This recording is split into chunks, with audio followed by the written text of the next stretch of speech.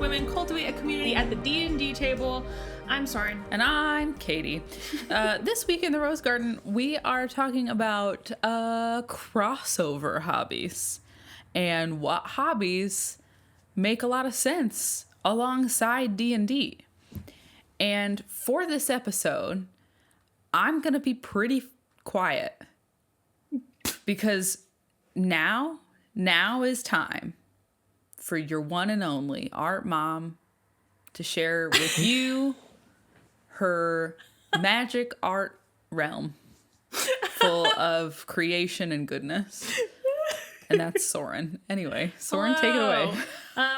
Welcome to the... It's not the garden anymore. Welcome to the art studio.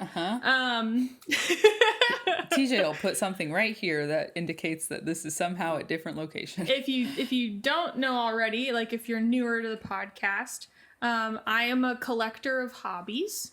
I like lots and lots of different art forms. Mm-hmm. And when we were talking about this episode, we were like, oh, what are some like crossover hobbies we have? And we started talking about them and we found out that I have a lot. There are so many of them. A lot. So we just wanted to I just wanted to talk about some of those because maybe some of you listening at home also enjoy some of these things. And I think there's plenty of room to throw a little bit of a D&D flair to them, mm-hmm. or connect them to your own D&D sessions and stuff. Mm-hmm. And so, yeah, that's what we're going to do today. Woo. I think just for like a little bit of structure here, I'll probably just kind of go through the list of hobbies. I'm probably going to talk a little bit about how that hobby like crosses over into D&D territory.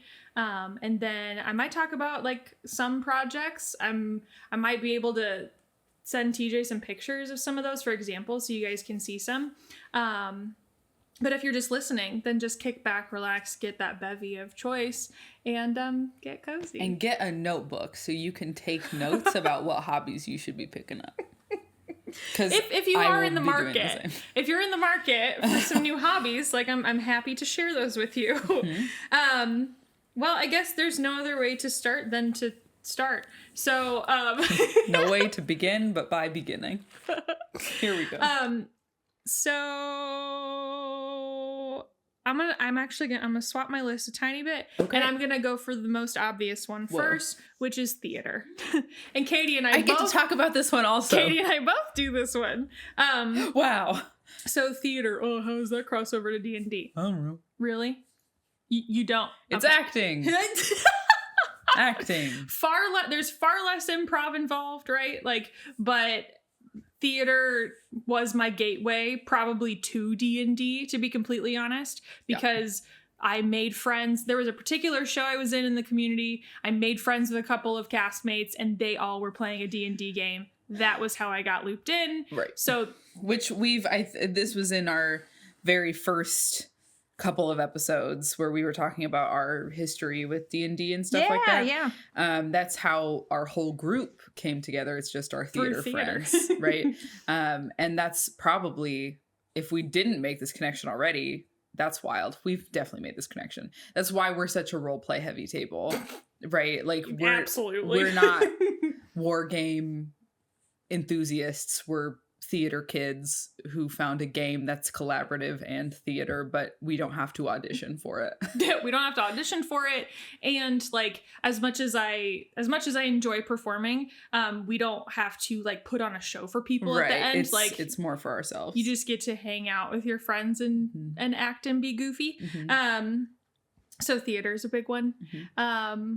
There's an aspect of theater that it's probably my favorite aspect of theater that I kind of pull into D&D, this idea of rehearsal. Rehearsal is one of my favorite things in the world. It's my safe space. It's my happy place. I love the consistency of rehearsal and the like structure that you get there. And it's like, it's a space to grow and learn, right? Mm-hmm. So like, that's kind of how I feel about D&D sessions and like coming to hang out with your friends is like, it's just a space to like figure it all out, tell a little bit of a story, and like get ready to like do some fun stuff. Right. So that would be probably the biggest connection for me. Yes. Yeah. What?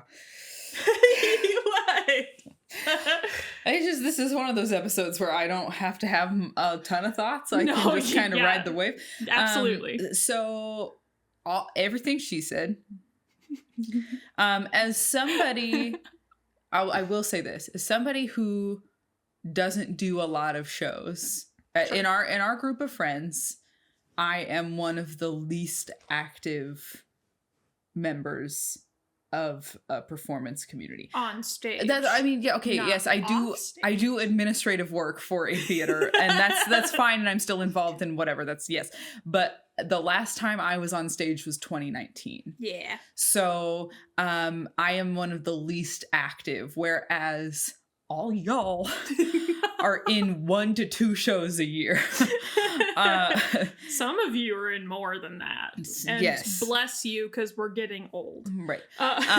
So as somebody who is not very active in the theater community anymore, this is a way that I feel like I get to still do it a little bit. Absolutely. Without the 4-hour rehearsal commitments and being like MIA for 2 months and all of that kind of stuff, and physically torturing my body for 2 months. It's like a physical pocket dimension version of theater rehearsal. Yes, right. all the good things from it, almost none of the bad. And to say something that I think we're all thinking, but no one wants to say it, I'm gonna be brave enough to say it. You get to do it with the people you enjoy instead of an amalgamation of people that somebody else puts together. Very true. You get to hand select the group of friends that you do. You all cast each other. Right. Rather than someone else casting and tell people. an original story. Like you get to do the rehearsal, you get to do the performance, you get to do the script writing, you get to do the set building, you get to do the and theater of the mind, but you get to have a hand on all of those things while still getting the creative itch scratched. Absolutely. I would agree 1000%. Lit. What's your next one? Keep it going. Choo-choo. We're on the craft train now. This is a podcast about trains. I don't know if anybody knew that, but we are locomotive enthusiasts. Not really. We just know the word train. That's kind of it. Oh, man. So on my list, these next few ones can all kind of go together under one umbrella. Mm-hmm. But I will start with sewing.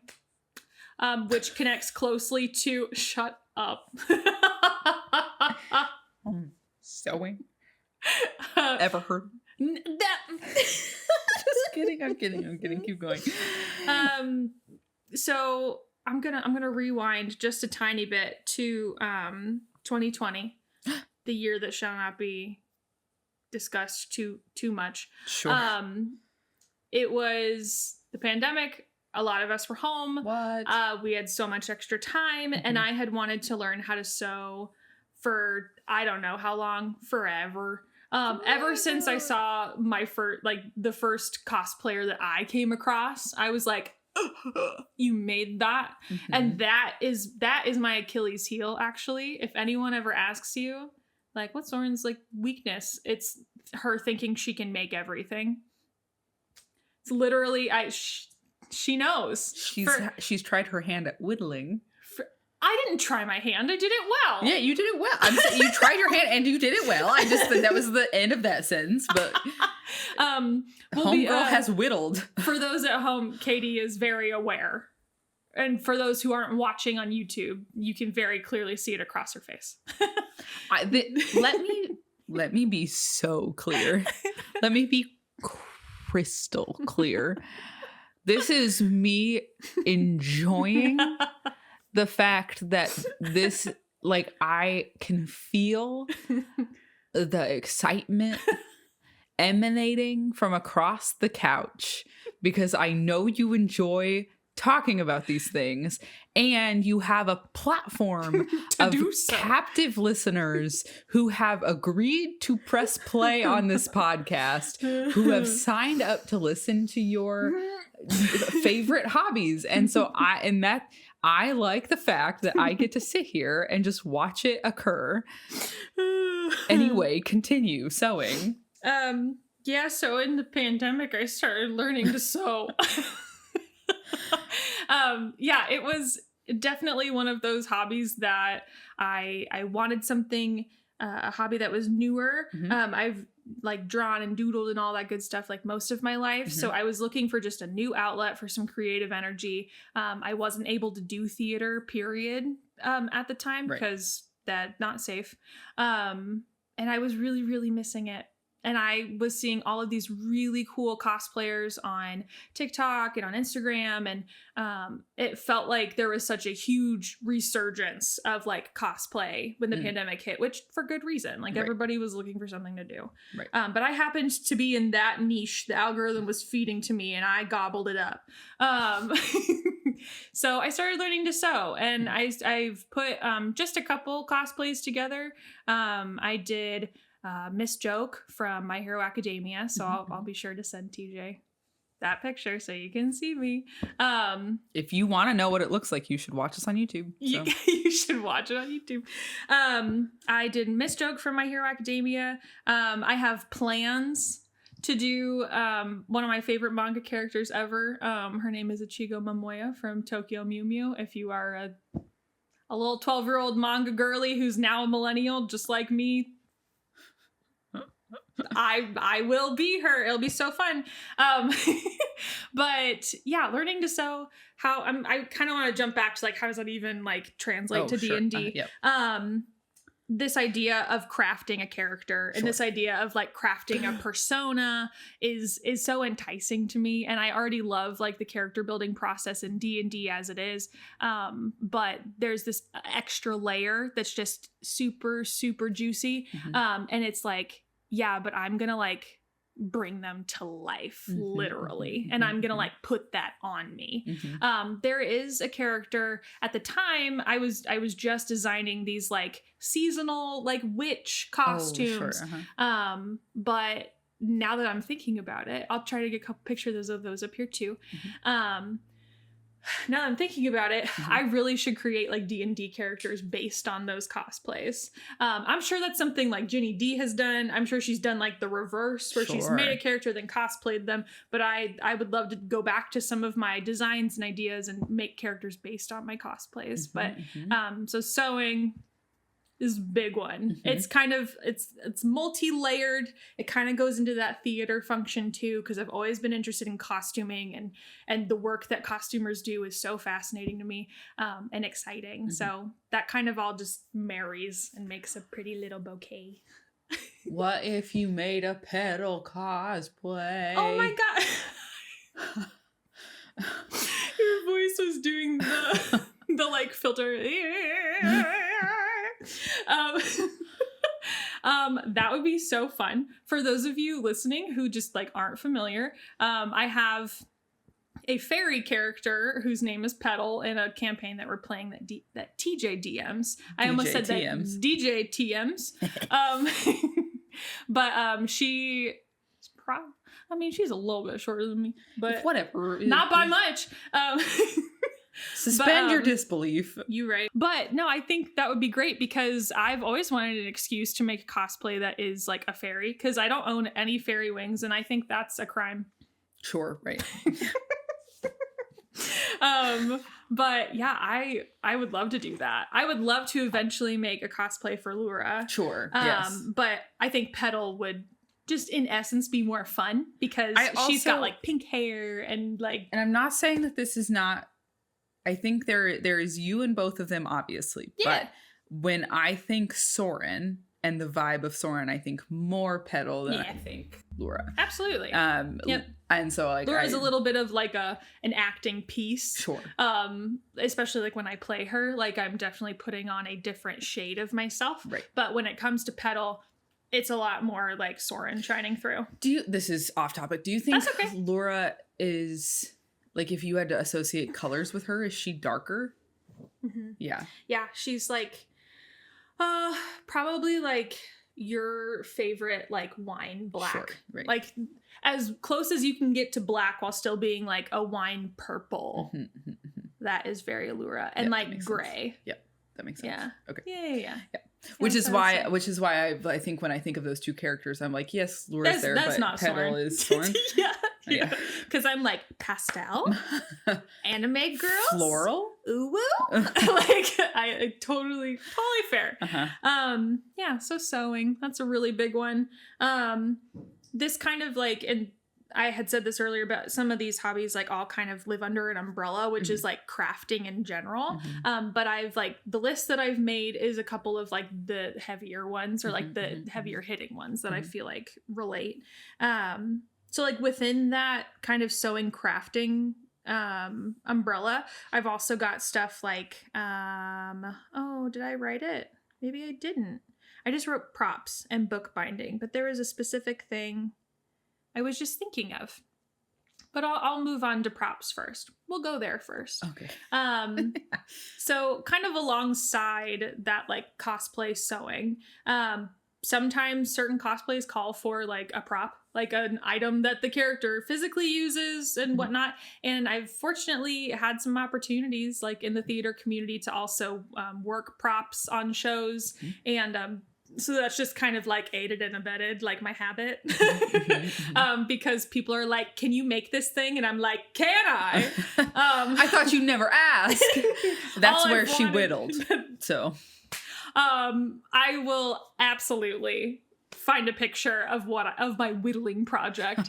And for the briefest discussion, the whittling project was an electric prodding fork of sorts. Wait for it.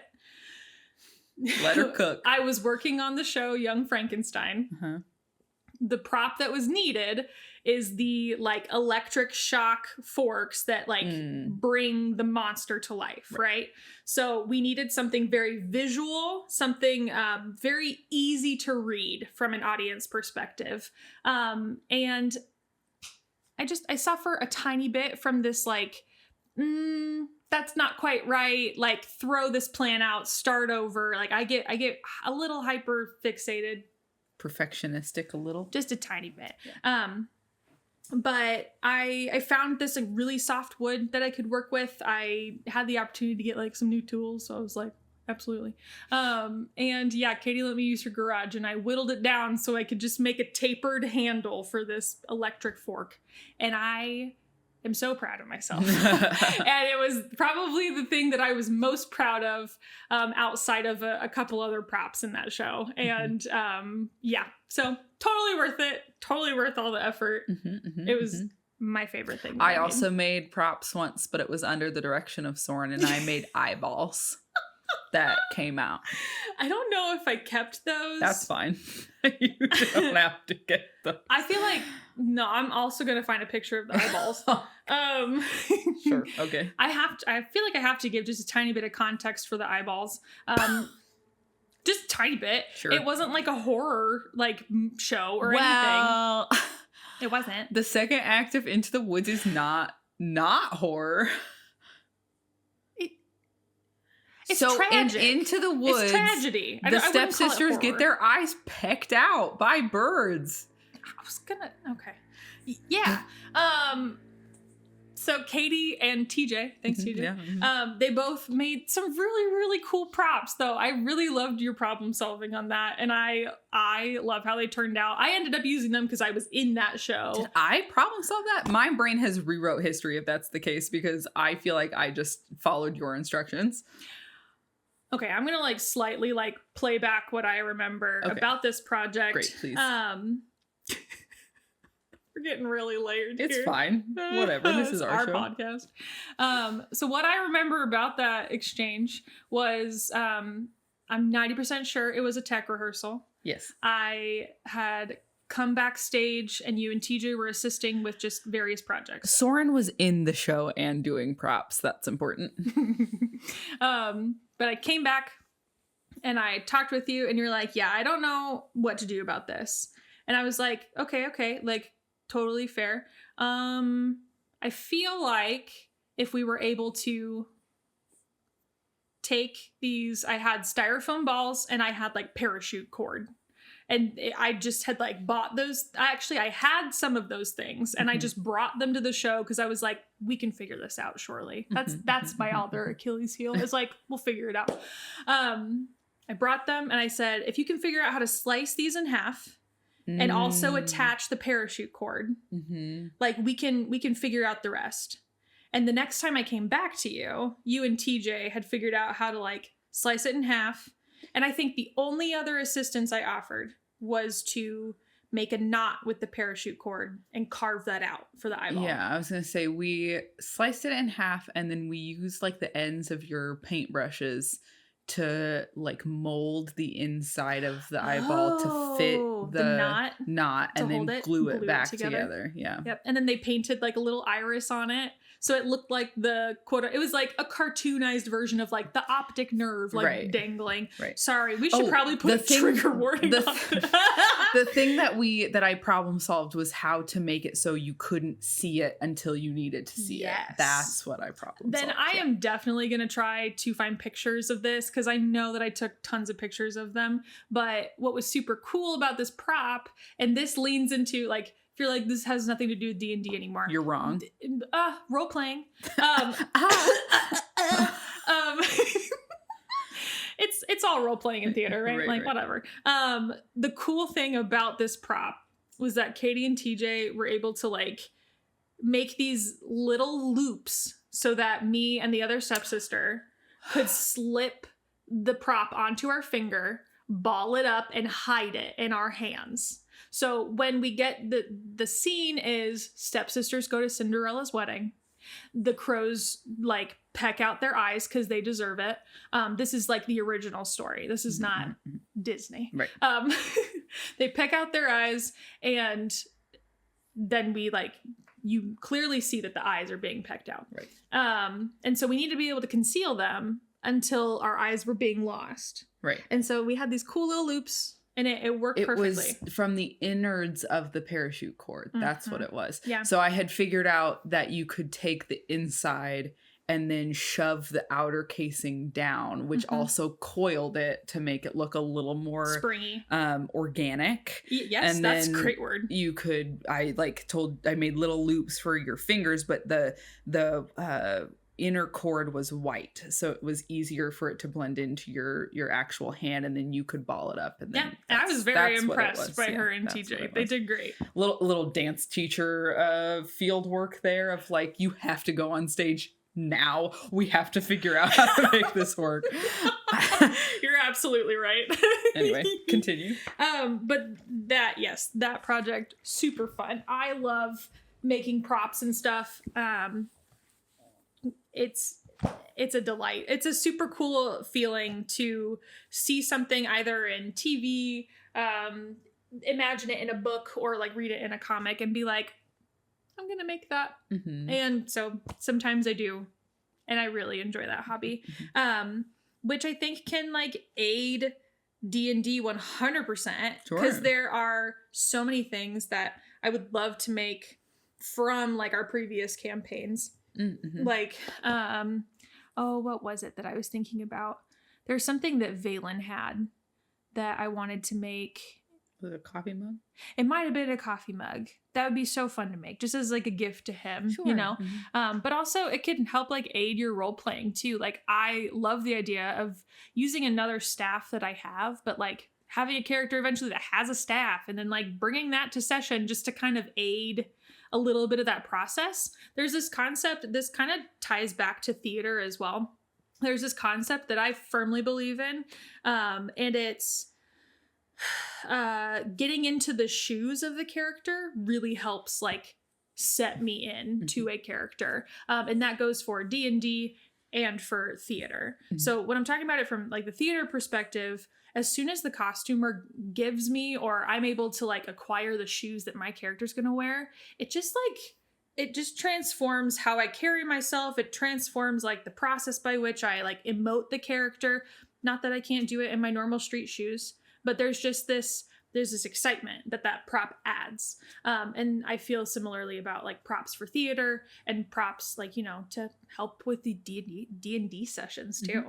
Yeah. I mean, I would sometimes alter the things that I wanted to wear for the sake of prim. Like I remember I wouldn't feel like I was all put together unless I had like a cardigan or something on, because she always had like layers and things like that. So that makes sense. Yeah. So like if we wanted to, kind of make that approachable or make that something that you were interested, or if you wanted to kind of lean into that idea, then I think that's like a great place to start, is like kind of dressing with like the energy or intent of your character to give you a little It would be boost. So fun for everybody to have like a little character trinket.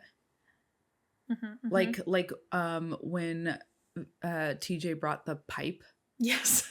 like if everyone had like a little handheld trinket or like circlet or something like that, right, and then that was like your anchor to your character in a way, that would be super and fun. As much as like, because there's also like a traditionalist like headspace I'm going through. It's like you shouldn't need props to be a good actor, and like I agree with that, but also like the addition of like props and stuff, like if it anchors you, gives you a little bit of inspiration, like why not bring some of that like fun to the session. So I love that idea. Another hobby of mine is, I don't do this one as often anymore, but I love doing it, is bookbinding. This is, so when we were preparing for this episode, I said, hey, could you just like throw out some crossover hobbies? And Soren was like, sure. Sewing. And I went, okay. And then she said like drawing. And I was like, these are both things you do and I don't do, but okay. And then she said theater. I was like, ooh, I do that one. And then she was like bookbinding. And I was like, come on. Give me a break. But yes, no, bookbinding, please. Continue. So bookbinding, I think I got most interested in it when I kind of like was trying to figure out how to capture Laura's notes, and also not have it just like in a standard like ring notebook. I wanted her to have some kind of journal, some kind of like space to just like quote unquote decompress like as a character. And I'm not kidding you, I like strong-armed my way through accidentally bookbinding. And I mean that I think I've seen kind of how this works. I'm not gonna, like this, in this moment, I'm not gonna look up any tutorials. I'm just gonna shove a needle through paper. Wow. Okay. And it went horribly. I had a book at the end of it, but it was a very sad book. But that was like my first foray into bookbinding. Since then I have like actually learned how to bookbind, and I really enjoy it. I make myself little sketchbooks. Like I have an example right here. This is teeny tiny sketchbook. It's just where I like hold doodles and stuff and like thumbnail things. But I make these every once in a while. And I love making them. And I think they're a great little resource. I would love to make one of these for my characters too. I think this absolutely can apply to D&D. Whether it's like making a teeny tiny like spell tome, or like I said earlier, like a journal for your character to quote unquote like decompress. That was my original intention, and I still think that can absolutely carry.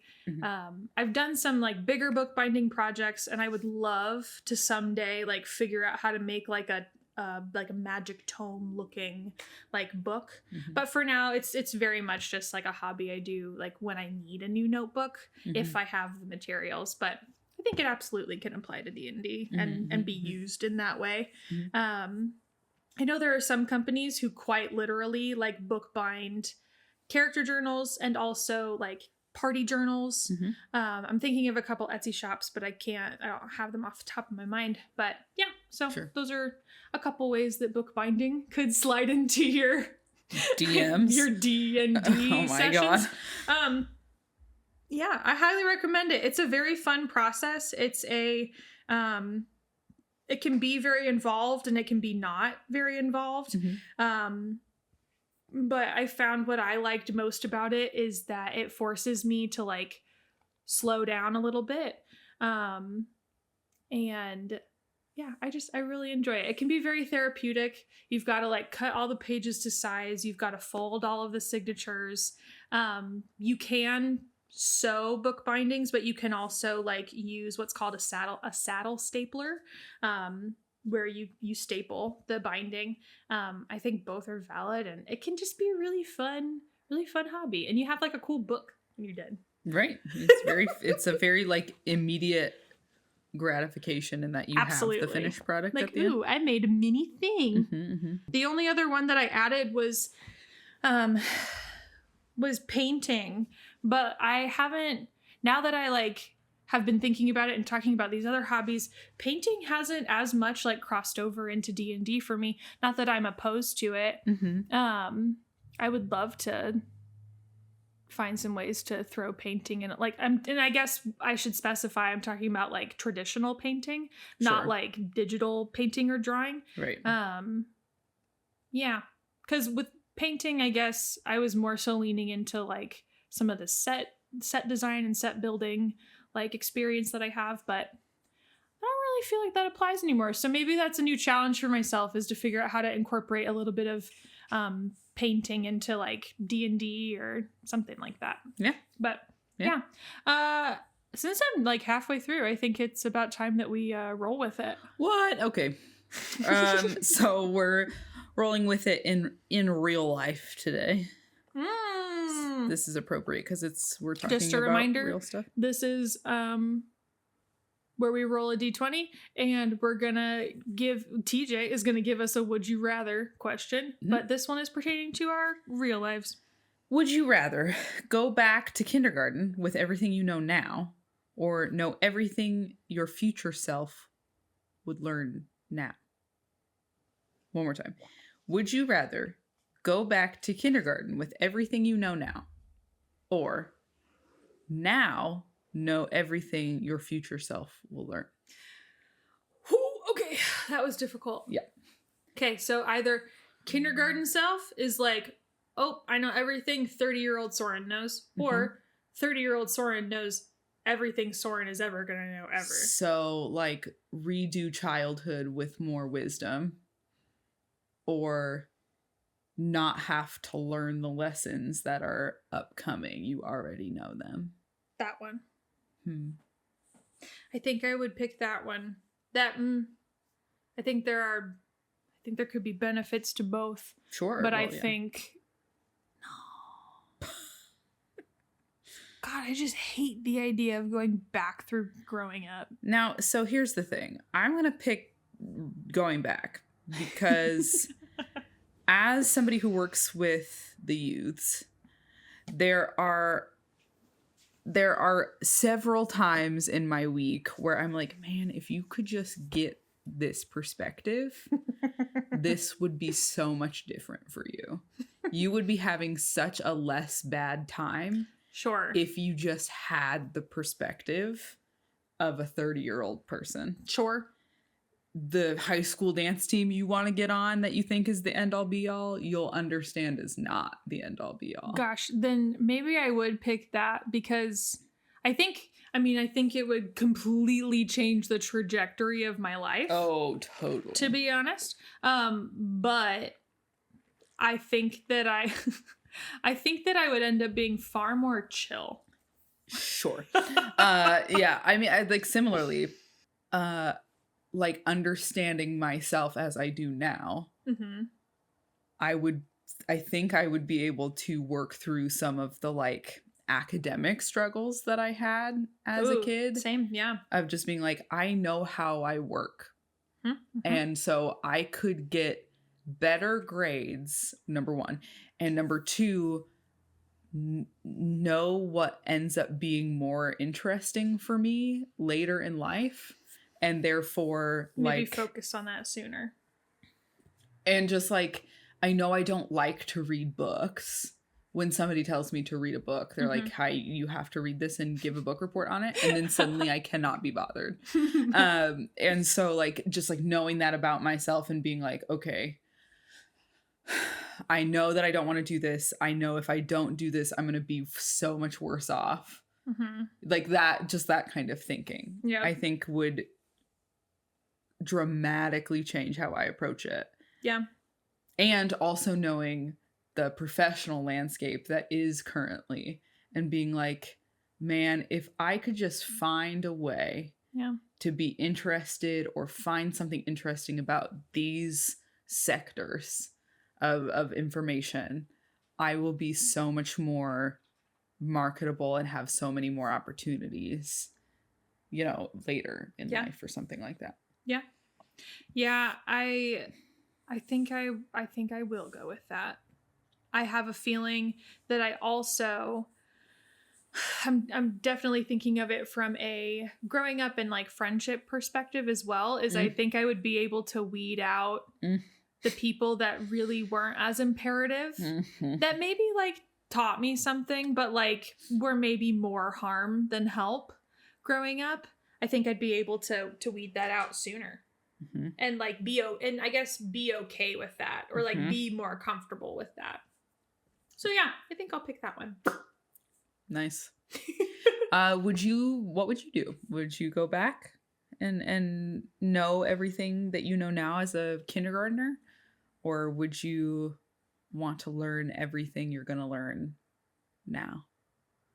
I also, to add to that, I like the idea of continuing, like there's still more that I don't know. Yeah. I'd still like that. As a 30-year-old, as somebody who like, there's still life left, I'm down to learn those other things. Yeah. So like, I don't want to take that away. Yeah. But I would like to help my younger self not be quite so devastated when she doesn't make the dance team. It would be like a different form of like healing your inner child, right? Yeah. It would be like a literal outside of the metaphorical version that you might do in therapy or something. It would, that would dramatically change anyone, I feel like. Yep. That's crazy. Yep. That's a good one, TJ. Whoa. That was very good, TJ. Okay. Back into it. Art Mom. Oh my gosh. Okay. So that's a couple of them. Wow. TJ's gonna be so mad about that. Stop. My mouth made a sound. TJ's gonna be pissed. Stupid podcast. Dumb girl. Dumb, stupid girl. Anyway. That's us imitating TJ. He doesn't actually say that. Yeah, I don't think he could ever actually genuinely say that. We just pretend he does. It's funny. So some of my other hobbies are drawing. I think that's probably the one that I've heard of it. Outside of theater. I think that's the one that I've talked about the most, probably on the podcast, just in passerby, in passing. In pass by. I know words. So drawing. That's the one I'm talking about right now. How does that pertain to D&D? Well, I constantly am doodling. And especially when how it pertains specifically to D&D is usually I am doodling whatever someone is describing. It just depends on the situation. If it's like particularly stimulating, any of my like ADHD buddies out there, like when like you're in the middle of session, someone is just describing a scene or an interaction, and go with me here, okay? It just sounds tasty. The scene, the idea, the thought, the aesthetic, like there is something that goes off in my head, and it is not unlike seeing a piece of cake and being like, I want that. And so then I have this compulsion to like doodle it or draw it or like get it out of my head and get it onto paper. It is not always like perfect or beautiful by any means, but like I enjoy that process very much. And then there's a little bit of like just a little extra tie-in for me. Like I remember some of those moments maybe a little bit better or in a different way because I drew it. So I really like to doodle during session. I often draw like before and after session too, and so I think I've made the joke that like Oh, that was what it was. We made a post a while back that was on World Compliment Day. And it was like, compliment yourself. And it was like, I'm really good at drawing other people's characters in the middle of session when we're supposed to be focusing on the story. I love thinking up new ways to draw all of our party's characters. And that has itself like kind of given back to the sewing, cosplay, prop making, all of that, because some of those doodles can literally turn into designs for things I want to make someday. And it feeds my interest in drawing in general. I've really been interested in it since I was little. I took a big break during like college when I kind of stopped and I focused on school. But that hobby coming back to me has always felt really special, and I love that it can cross over into D&D. And sometimes it's very cursed. There are times where I was playing a quiet year. Caden was leading, our friend Caden was leading the charge on that game, and we had created a spaceship that was shaped like a shrimp. And so I ended up drawing a spaceship that it's called a shrimp ship. And that is what drawing can do for you sometimes. I would like a picture book of your session doodles from this Elrond campaign someday. That would be if I can find them all, I would scan them in. Keepsake of like... Absolutely. Oh my gosh. There's one... I will try to ask TJ to put this one on the screen. There's one, and I'm gonna remember it wrong, but when I go back to see it, I'll know exactly what it was. There was this villain we were fighting on a beach. He looked like a spider, kind of. And I drew him...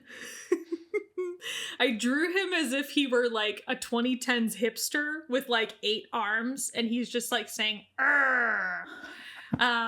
So if you remember that beach fight, that's what I remember about that beach fight. I don't remember that. The only doodle I think I vividly remember, and I mean I'm sure I remember more than this, but this is the one that stands out the most, is the one of Scratch hiding around the like wall, just like his like one ear. Yes, because there's the way Sam described it was so fun, and I love that Scratch just keeps having these teeny tiny resurgences everywhere. But for just a little clarification, Scratch is a goblin, kind of terrorized one of their characters, Prim, who is no longer with us. Remember, and he is just very mischievous, and he had several scenes where he was described as just like peeking right around the wall, looking at our party. Would go through her wardrobe and like take clothes and wear them. He was a little scamp. And Prim really was annoyed because this is not just her home, but like a temple to the Wild Mother. This is a religious temple. Yeah. And this little goblin wouldn't leave it alone. You're right. And so she would kick him out, and he would go, "Bully!" So I drew it. Yeah. And this one, we'll see if we can zoom in a little bit. This one's one of my favorite ones I've ever did. But I like, sometimes I'll draw like actual like portraits of characters, but this is Katie's character, Prim. Prim. Yeah. There she is. Yeah. She's a little nugget.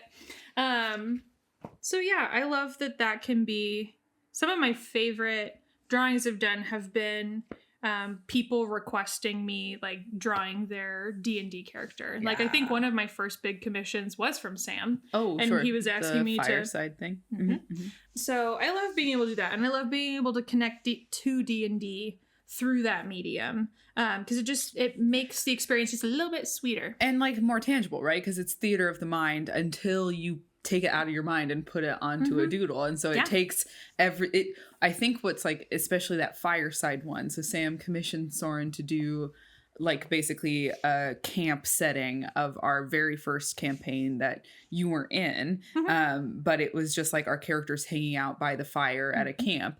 And it takes this like shared experience that we've all had and makes it tangible and visible. in a way that it hasn't been before. And I think that makes it like that much more important for that reason. There's one you didn't talk about. Yeah, I know. I'm gonna right now. Oh, okay. So the last one on my list that I wanted to talk about today is video games. I can talk about this one too. So we're gonna start it with Caitie and also end it with Caitie. But yeah, video games. I mean, that one's fairly easy. I feel like you guys ever played Baldur's Gate? To relate to. You know how everybody's making their D&D characters in Baldur's Gate? Right. That's how it's relatable. The video game aspect relates a little bit more heavily to the combat tactician side of things. And I think that's where I'm going to say your favorite game ever, Genshin Impact.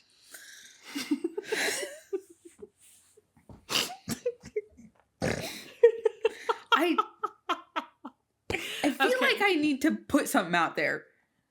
Which is, I don't dislike this game. This game is fine. Yeah. It is fine. It's just that it's every single time it seems like we talk about it. Yeah. And it's fine. I think the game's fine. I don't have anything against the game. I'm glad you play it. I'm glad you like it. I'm glad other people play it. I'm glad they like it. Stop talking about it.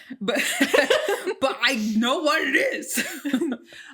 Yeah, but like I'm gonna talk about it from go for it. From my hobby perspective. Yeah. And then we can talk about whatever else. I will say that for me, when I started playing Genshin Impact, the part of it that connects to D&D for me absolutely is the combat side. 100% the story side, the art, the voice actors who are so stupid talented. Love all of that. That absolutely can connect to D&D as well. Mm-hmm. But I think I have come to learn D&D and how its mechanics work so much better because I play Genshin. Because in Genshin, that whole game is focused on building teams and building parties and being aware of what everyone is capable of and then putting them together in just the right mixture so that you can defeat an enemy. Sure. And so they all have things that we're very familiar with other D&D characters, like they have talents, they have like elemental bursts, they have like ultimate attacks, and like all of that could be translated on a character sheet somehow. And they all level up differently. And some of the characters are more suited for support, not unlike in D&D. And some of them are more suited for like doing big, heavy attacks. So like playing something like Genshin, and I'm sure also Baldur's Gate, you get such a good feel for combat, and you get to see some of it like happening in that real time, not in bullet time, kind of like how we play it in D&D. But you get to see all of that work in action, and I think that can be really beneficial for getting comfortable with like D&D type combat too. I don't remember the last time we talked about it, but I think that's one of the main points we brought up about Baldur's Gate whenever it was the last time we talked about it. I mean, to your point, it is D&D combat. Yeah, it is.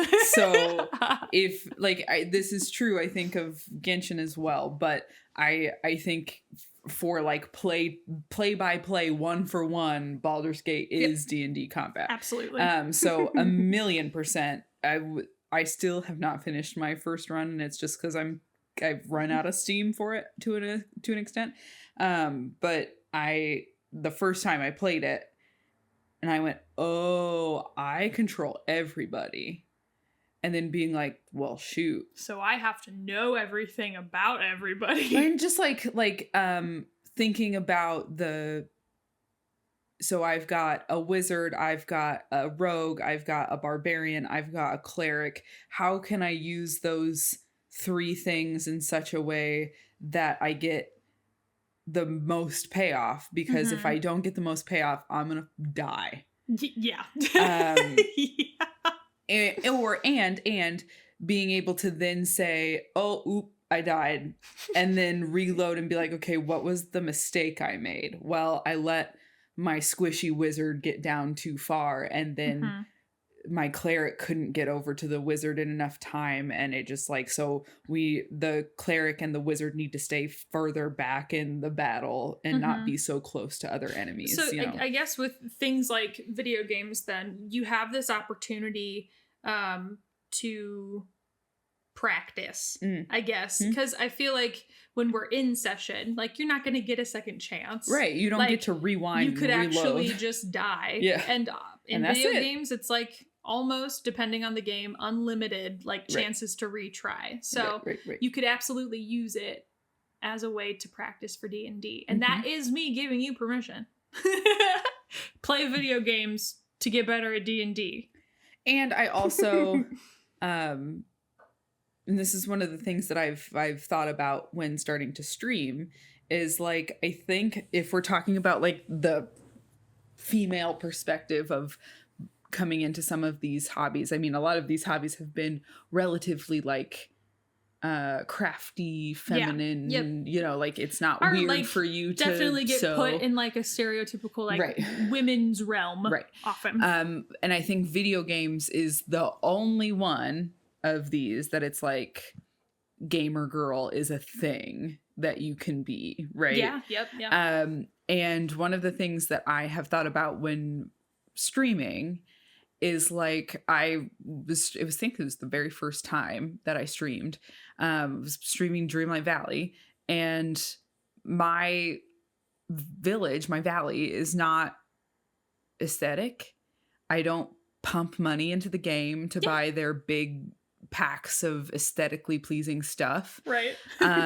And I'm not taking my time to get the right chair to put here and there. Like, that's just not what I'm doing. That's not how I enjoy that kind of a game. And I think there are plenty of streamers out there who this is their job. They pump money into these games so that they can have the best looking valley so that it's aesthetically pleasing and people come to their stream for that purpose. Sure. I am actually trying to be the opposite of that. Yeah. Where it's like, you don't have to pump money into a game to enjoy it. You don't have to pump money into a game in order to be valid at playing it. Yeah. And so like, I enjoy things like BioShock and Assassin's Creed and Inscription and things like that aren't your cozy girl game, right? And I'm bad at them. I'm not good at them. I'm very bad at them. And that's legit fine. Like, yes, you don't have to be good at it in order to enjoy it. Yeah. And you don't have to, I don't know. I just like I think there's a lot of hesitation around playing those sorts of games. And, you know, like, am I good enough to play this and whatever? And I think there's a certain extent that like we need more people who are like mediocre, who are mid at games to like show that it's okay to be mid at games. And still enjoy it. Right. Like, yeah. So, similarly, like I'll relate to that because it's not about video games, but there is a game that's my favorite. There's a card game that you can play like with decks of cards. It's called Nerds, and I'm awful at it. Sure. So bad at it. But when I am with like a large group of friends, it's the game I want to play. And like, that's okay. Like, it's okay to be bad at something. Right. You don't have to, something that I tell myself often, especially when I'm like learning new hobbies or whatever, is you don't have to be good at something to enjoy it. Right. Because for so long, I plagued myself with this, like, if I can't be good at it, what's the point? And I think that wasted a lot of time being able to enjoy certain hobbies. To that exact point, I don't remember if we've talked about this on the podcast or not, but as far as video games go, there's those difficulty settings, right, on video games. And you've got easy, you've got normal, you've got hard. And some are like more, you know, nuanced than that. But generally that's the vibe, right? Easy, normal, or hard. And I, for the longest time, would only select normal because I'm like, I don't want to play the easy baby game. I want to play the game how it's meant to be played. Yeah. And try to get good at doing it at the level that it's meant to be played at. And more so now than when I was like in college, but more so now there's easy is narrative now. There's narrative, normal, stupid. Like those are the levels. And I appreciate that because it's not easy baby game for babies. It's I'm more interested in the story than I am beating my head into a wall to get good at this game. And that's like, it took me a long time. I was a full blown adult when I was looking at that difficulty level screen and going, I want to play the easy one.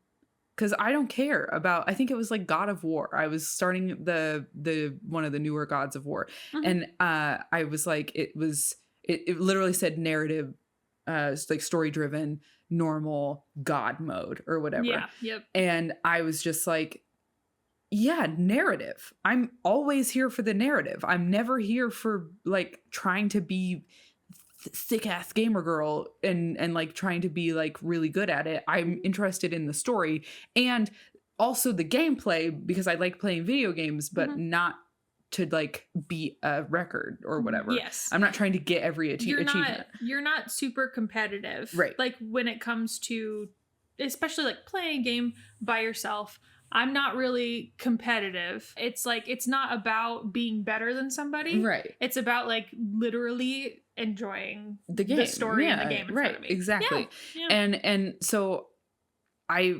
in streaming, I'm like, I'm always going to click the narrative version. And I've seen a couple of females who stream or post to YouTube who are kind of like that. And I'm like, God, that's so refreshing to not watch someone do kick flips on the screen. Like you're not trying to stunt. You're just like playing the game. Just enjoy it. Go for it. I definitely think we can get into a much larger talk about this. But I think it's super refreshing to hear you say that and then to see more streamers like that. And I guess my like overarching thought with that is like that both are cool. Like you are more than welcome.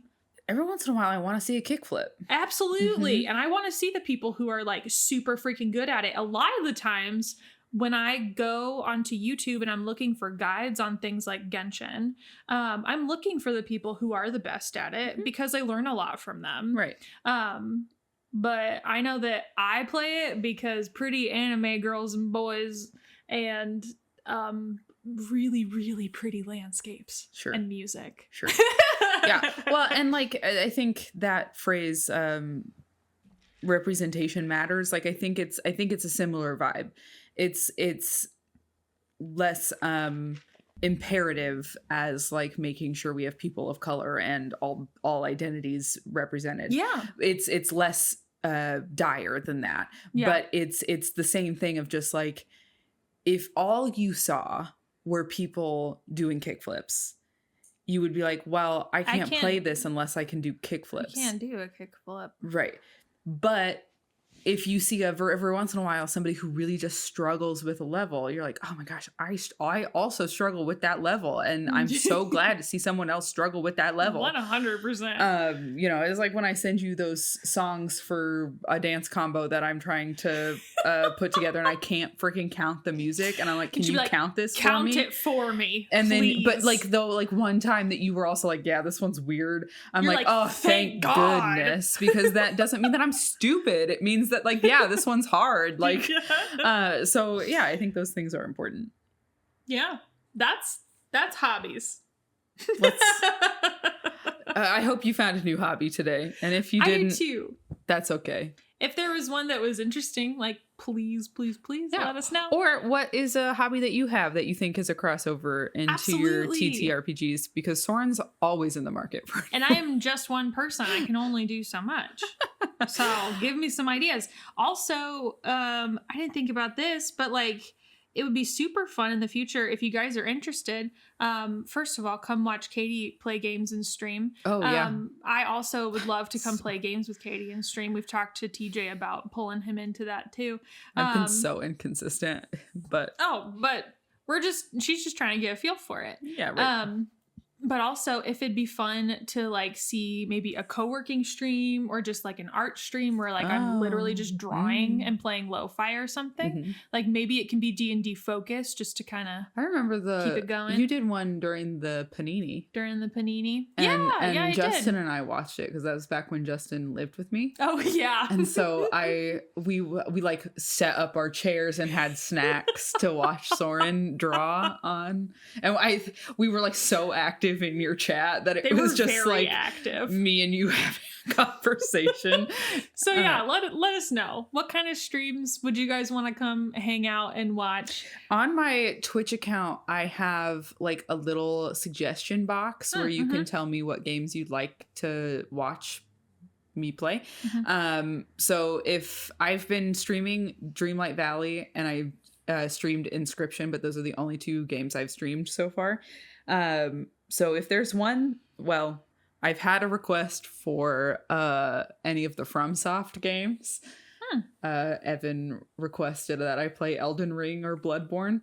And I'm like, okay, but I'm going to be trash at it. And he was like, yeah, that's the point. That's okay. I want to watch you be trash at it.